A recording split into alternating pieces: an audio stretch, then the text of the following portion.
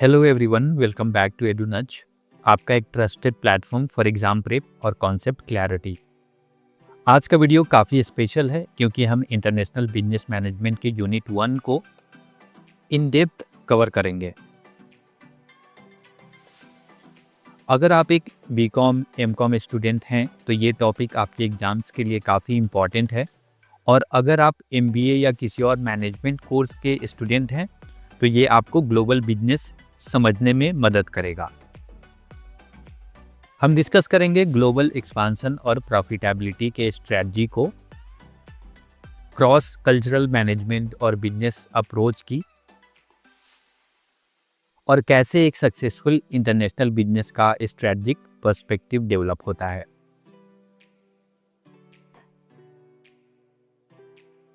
अगर ये topic boring लगता है तो टेंशन मत लीजिए, हम इसे सिंपल एग्जांपल्स और रिलेटेबल सिनेरियोज के साथ एक्सप्लेन करेंगे। सबसे पहले बात करते हैं ग्लोबल एक्सपांशन की। कंपनीज दुनिया भर में अपना बिजनेस क्यों बढ़ाना चाहती हैं? इसका सिंपल सा आंसर है ताकि कंपनी ज़्यादा प्रॉफिट कमा सके और लॉन्ग टर्म ग्रोथ अचीव कर सके। एक क्लासिक एग्जाम्पल है मैकडी का। मैकडी एक यूएस बेस्ड रेस्टोरेंट चेन था, लेकिन आज वो दुनिया के 100+ कंट्रीज में है। ये कैसे हुआ है?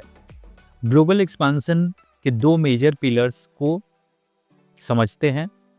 पहला है लोकल प्रेफरेंसेस, हर कंट्री के खाने के टेस्ट को समझना, जैसे इंडिया में वेजिटेरियन ऑप्शंस लाना, जैसे मैक आलू टिक्की। इकोनॉमीज ऑफ स्केल, ज़्यादा लोकेशंस का मतलब ज़्यादा रेवेन्यू और लोअर कॉस्ट पर यूनिट। एक और एग्जांपल है एप्पल का। एप्पल अपने आईफोन्स को ग्लोबली सेल करता है, but marketing strategy her country के हिसाब से कस्टमाइज करता है। जैसे इंडिया में ईएमआई और एक्सचेंज ऑफर्स, क्योंकि प्राइस सेंसिटिव मार्केट है तो ईएमआई का ऑफर देना बहुत अच्छा ऑप्शन है। की factors for global expansion success, customer behaviour, her country के कल्चर और हैबिट्स समझना जरूरी है। मार्केट एंट्री स्ट्रैटेजी, जैसे जॉइंट वेंचर्स, टाटा स्टारबक्स या फ्रेंचाइज मॉडल जैसे Domino's. Profitability matrix, cost management और सप्लाई चेन ऑप्टिमाइजेशन। अब हम आगे बढ़ते हैं और बात करते हैं उन चैलेंजेस की जो इंटरनेशनल बिजनेस को फेस करने पड़ते हैं। पहला है कल्चरल डिफरेंसेस। जापान में पंक्चुअलिटी बहुत इंपॉर्टेंट है, लेकिन इटली में रिलैक्स्ड अप्रोच चलता है। अगर आप एक जापानीज कंपनी के साथ काम कर रहे हैं तो टाइम पर ना आना डील ख़त्म कर सकता है। दूसरा है लीगल सिस्टम्स, हर कंट्री के लॉ अलग होते हैं। जैसे चाइना में गूगल बैंड है, लेकिन सेम कंपनी यूएस में फुल्ली फंक्शनल है। तो लीगल सिस्टम्स को समझना बहुत ज़रूरी है अगर कोई नई कंपनी नए कंट्री में इस्टेब्लिश हो रही है।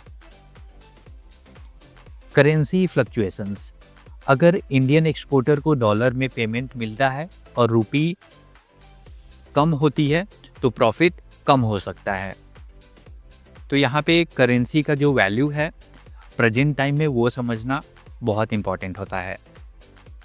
पॉलिटिकल इनस्टेबिलिटी, कोई वार या पॉलिसी चेंजेस बिजनेस को डिसरप्ट कर सकती हैं, जैसे ब्रेक्सिट ने यूरोप के बिजनेसेस को काफ़ी इम्पैक्ट किया है। एक इंटरनेशनल बिजनेस को मैनेज करने के 3 पॉपुलर अप्रोच हैं। पहला है इथोसेंट्रिक अप्रोच, होम कंट्री की प्रैक्टिसेस को हर जगह फॉलो करना। एग्जाम्पल, कोका कोला अपने कोर प्रोडक्ट ग्लोबली सेम रखता है। दूसरा है पॉलीसेंट्रिक अप्रोच, हर कंट्री के लिए अलग स्ट्रैटेजी बनानी होती है। इसका एग्जाम्पल है हिंदुस्तान यूनिलीवर का इंडियन प्रोडक्ट पोर्टफोलियो, जैसे fair and lovely, life boy साबुन। हर प्रोडक्ट के लिए एक स्ट्रैटेजी अपनानी होती है अगर वो कोई नए कंट्री में लॉन्च होने जा रहा है। तीसरा अप्रोच है जियोसेंट्रिक अप्रोच, ग्लोबल और लोकल स्ट्रैटेजी का बैलेंस। इसका एग्जाम्पल है स्टारबक्स, हर कंट्री में अपना कोर मेन्यू सेम रखता है, लेकिन रीजनल ड्रिंक्स भी इंट्रोड्यूस करता है। Now we will discuss cross cultural values की। अगर एक बिजनेस डिफरेंट कल्चर्स को समझ के ऑपरेट करे तो वो ज़्यादा सक्सेसफुल होता है। इसका बहुत ही अच्छा एग्जाम्पल है अमेजन। इंडिया में cash on delivery option introduce किया क्योंकि यहाँ लोग ऑनलाइन पेमेंट से ज़्यादा कैश प्रेफर करते थे पहले। अगर वो ये ऑप्शन ना लाते तो उनका मार्केट शेयर लिमिटेड होता। क्रॉस कल्चरल कम्युनिकेशन को समझना हर बिजनेस के लिए ज़रूरी है। जैसे जर्मनी में लोग क्वालिटी और ड्यूरेबिलिटी पे फोकस करते हैं, तो वहाँ ब्रांड्स को अपने प्रोडक्ट का हाई क्वालिटी एस्पेक्ट हाईलाइट करना पड़ता है। जापान में पोलाइटनेस और रेस्पेक्ट काफ़ी वैल्यू किया जाता है, इसलिए वहाँ मीटिंग्स में ज़्यादा फॉर्मल रहना पड़ता है। Now let's talk about strategic perspective in international business. एक स्ट्रेटजिक पर्सपेक्टिव का मतलब है कि आप अपने बिजनेस को लॉन्ग टर्म ग्रोथ और सस्टेनेबिलिटी के लिए कैसे प्लान करते हो। इसके अंदर हम बात करते हैं स्वॉट एनालिसिस की। हर कंट्री के स्ट्रेंथ, वीकनेस, अपॉर्चुनिटी और थ्रेट्स को एनालाइज करना जरूरी है। दूसरा है मार्केट रिसर्च। कस्टमर्स के बिहेवियर और कंपेटिटर्स की स्ट्रेटजी को समझना भी इम्पॉर्टेंट है। टेक्नोलॉजी अडेप्टेशन, जैसे नेटफ्लिक्स ने इंडिया के लिए मोबाइल ओनली प्लान्स इंट्रोड्यूस किया ताकि ज़्यादा यूजर्स अट्रैक्ट हो सकें। ये सब एक इंटरनेशनल बिजनेस को सक्सेसफुल बनाने में मदद करता है। ये था हमारा इंटरनेशनल बिजनेस मैनेजमेंट यूनिट 1 का डिटेल्ड ब्रेकडाउन। आज के वीडियो में हमने ग्लोबल एक्सपांसन और प्रॉफिटेबिलिटी के बारे में समझा, इंटरनेशनल बिजनेस के कॉम्प्लेक्सिटीज़ और इश्यूज डिस्कस किए, मैनेजमेंट अप्रोचेस और क्रॉस कल्चरल वैल्यूज़ के बारे में जाना।